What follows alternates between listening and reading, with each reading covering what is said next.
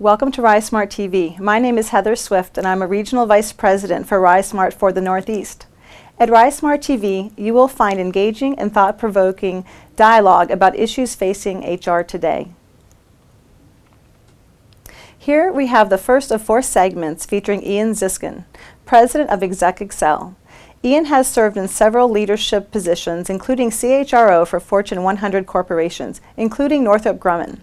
Ian is a motivator and thought leader in the human resources industry and has keen insights regarding practices for the future of best practices in HR. In this segment, Ian and I discuss several hot topics, including the changing face of HR, tips for becoming a valued business partner, the importance of having a mentor, the challenges of being an HR professional, and finally, tips for aspiring to be HR leadership. Hope you enjoy our first segment. We're here today with Ian Ziskin, founder for EXec EXcel and former CHRO for Northrop Grumman. Thank you for being with me today. My pleasure. Thanks for having me. So for our first segment, I'd love for us to talk about some tips for HR professionals. And how did you first know that HR was going to be a great career for you? Well, it really started for me when I was in undergraduate school. I was a business major and took along with all the finance and the marketing and the economics and all the typical things you would take as a business major, several classes around personnel, as it was called at the time, and organizational behavior. And it got me curious about 2 things. One was the fact that virtually every company was highly dependent on the quality of its people in order to be successful. But at the same time, especially in those days, the function was being somewhat maligned. And not necessarily respected. And that made me very curious about why the disconnect between those 2 things. So I was fortunate enough to head on to graduate school at Cornell, get a master's in industrial and labor relations, and literally within 2 weeks of being there, I knew this was the career for me. It was your checklist started going off. I just loved the intellectual stimulation, I loved the subject matter, but I also loved the answers that I was starting to get around the connection between talent and performance of businesses. How do you feel HR has changed over the years? Well, probably the single biggest thing that seems to have changed is the emphasis on analytics to drive decision making and to be able to prove your case rather than simply persuade people to your way of thinking because you're a believer in HR programs or initiatives. These days, the emphasis is much more on, at least in my experience, being able to make a good business case for the investments that you're asking companies to make. I feel like I've noticed the time I've been working with HR professionals that they've come a long way from just being the party planners and taking care of benefits to really having a seat at the business table. How do you feel that the top organizations have really invited HR in, and how can HR take up that space as really a valid business partner since they're not a money maker? Well, this debate about HR being a business partner is something that's been going on So for what's your angle on that? the 30 years that I've been in the profession. I find it simultaneously necessary but frustrating. Only because it's one of those topics where everybody likes to talk about being a business partner, but no one really ever talks about what you have to do to be a more effective business partner.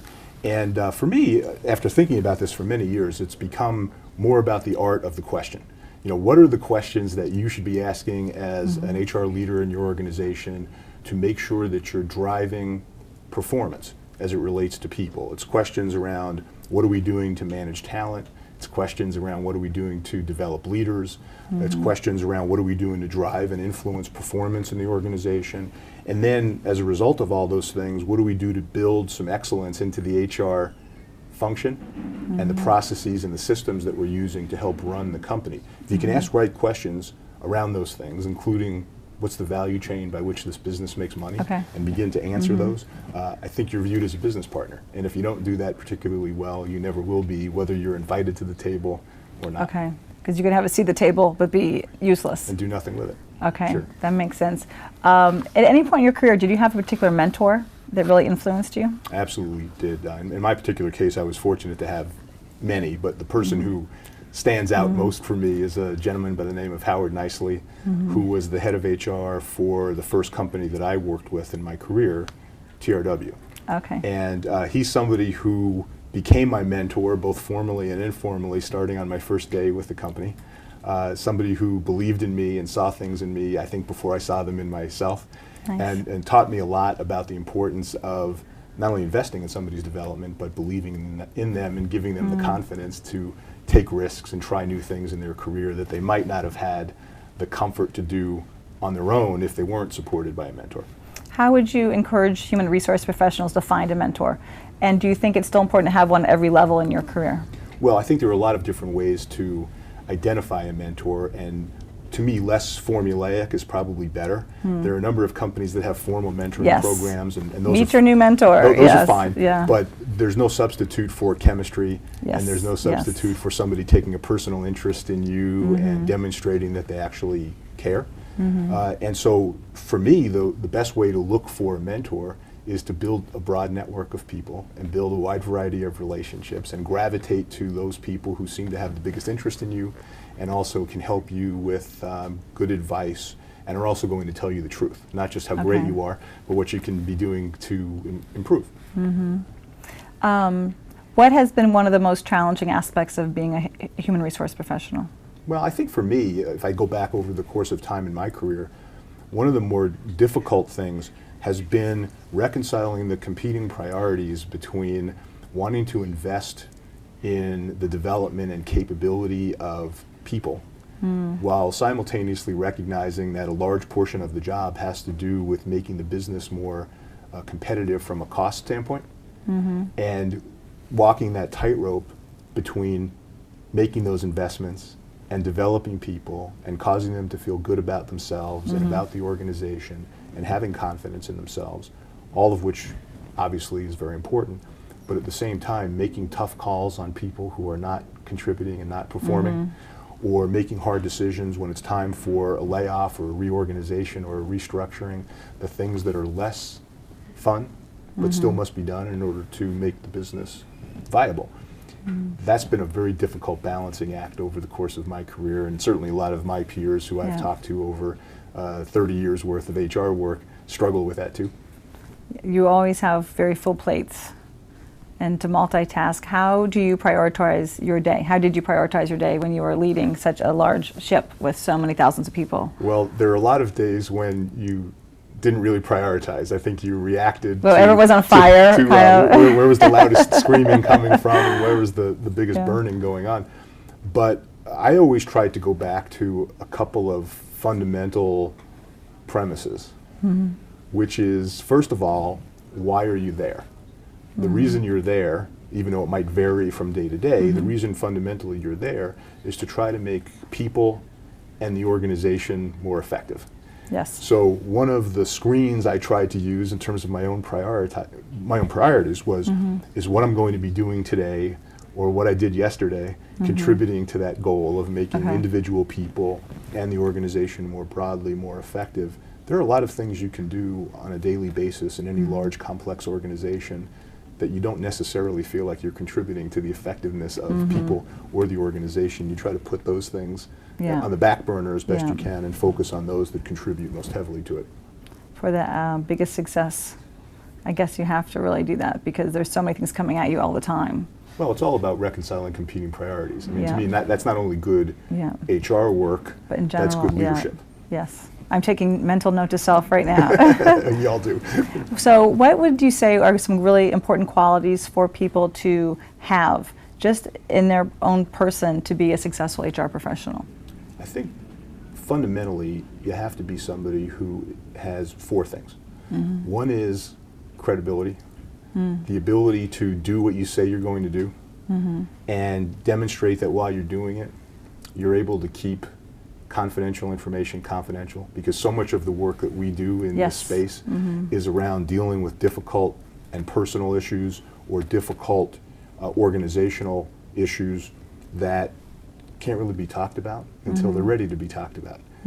I've seen a lot of HR people over the course of their careers who've had great technical skills, but who didn't understand how to keep confidential information confidential. They lost the trust of people in the organization and became ineffective. So credibility is a big one for me. Another one is the ability to collaborate, work effectively, work seamlessly across organizational boundaries with all kinds of people, including people with whom you disagree or have different points of view, but still figure out a common ground to get things done.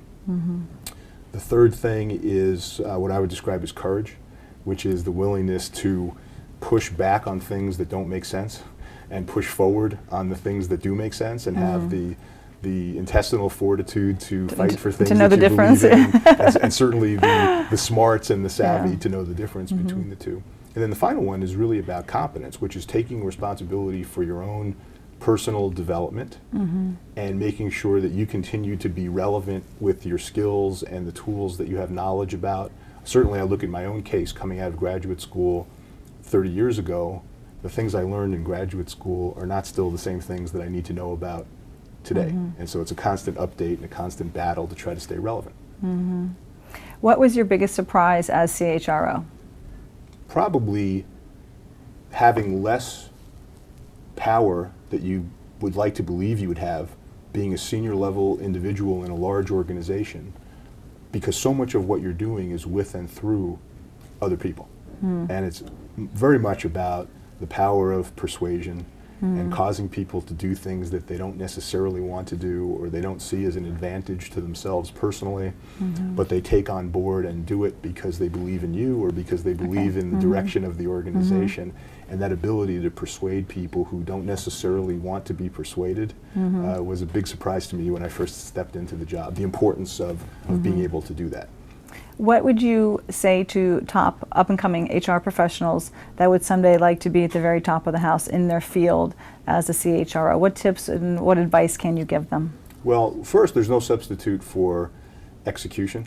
And past track record is the best predictor of future success. So while it's great to have an ambition to achieve something down the road over the course of one's career, including being a chief HR officer, looking too far ahead without concentrating on what is it that I have to learn. Just knocking out of the park every day. Right, and know and do well in the jobs that I'm in.